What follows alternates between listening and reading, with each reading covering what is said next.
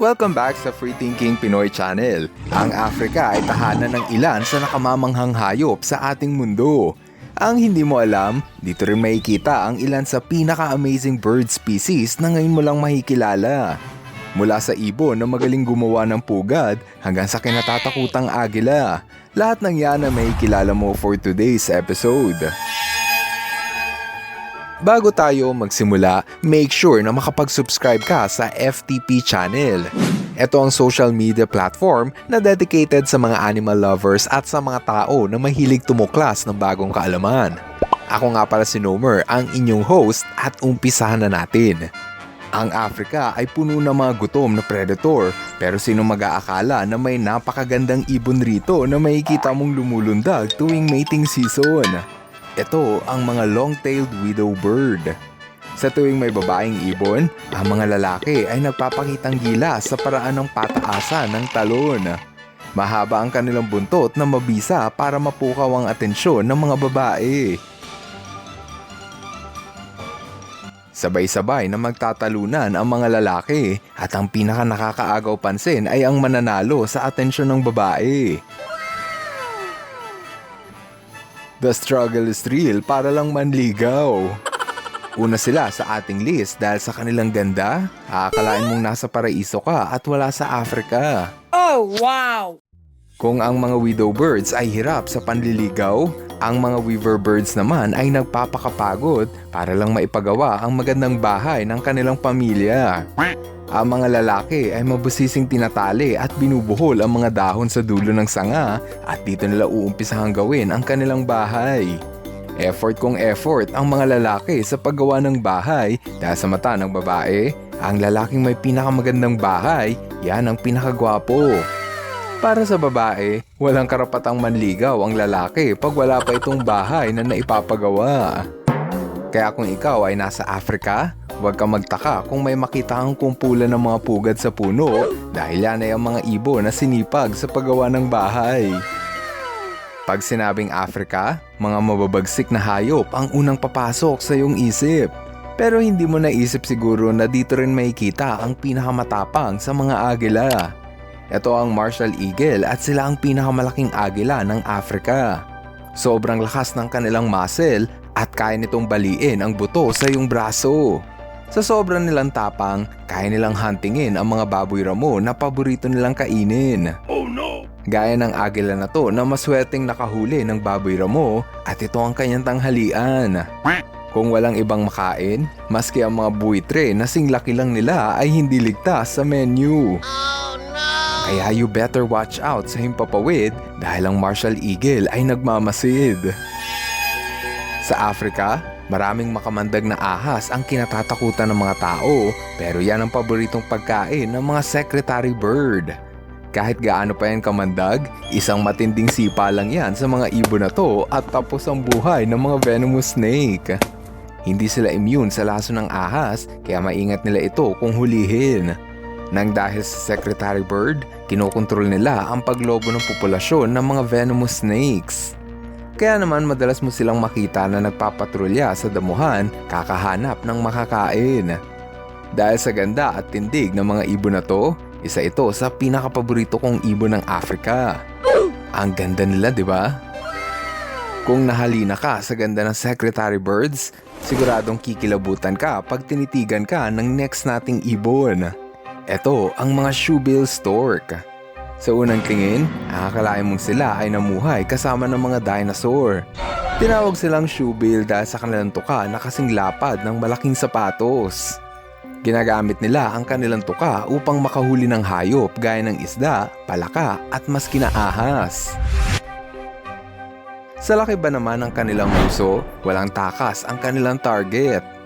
Madalas mo silang makita na namamahay sa ilog at sapa kung saan ay may maraming isda. Dahil sa kanilang tuka, nagagawa din nila ang tunog na parang Armalite.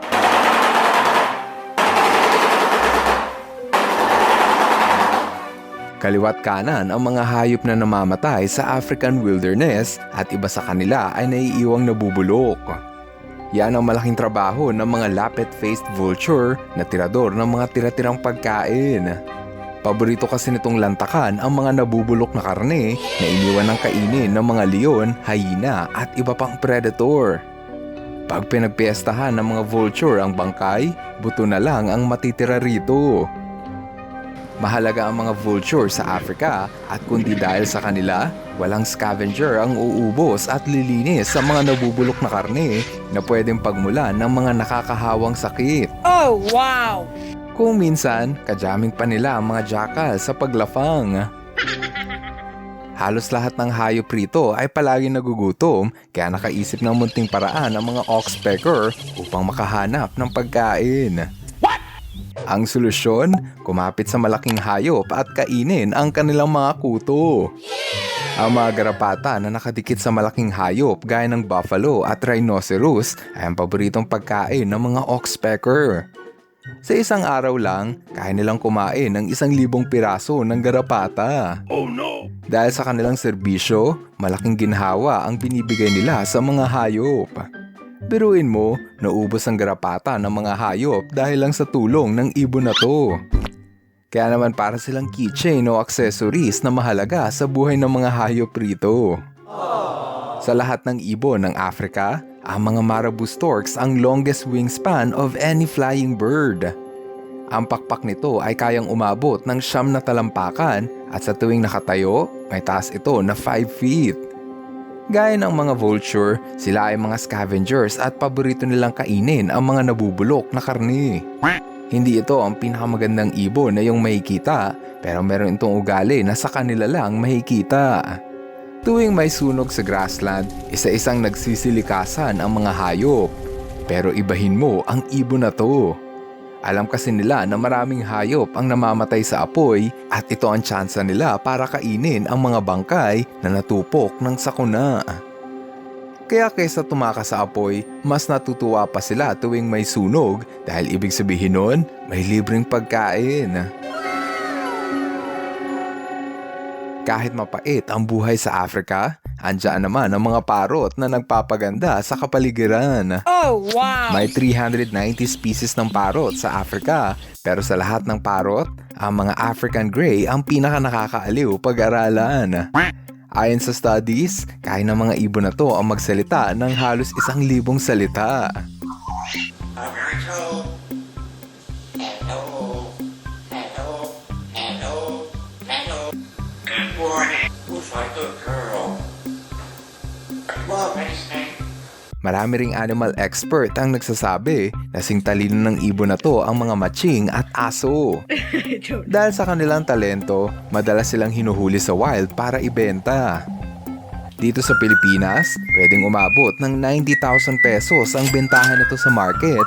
Kaya kung gusto mo ng palaging may kausap, pag-ipunan mo nang makabili ka ng madaldal na parot.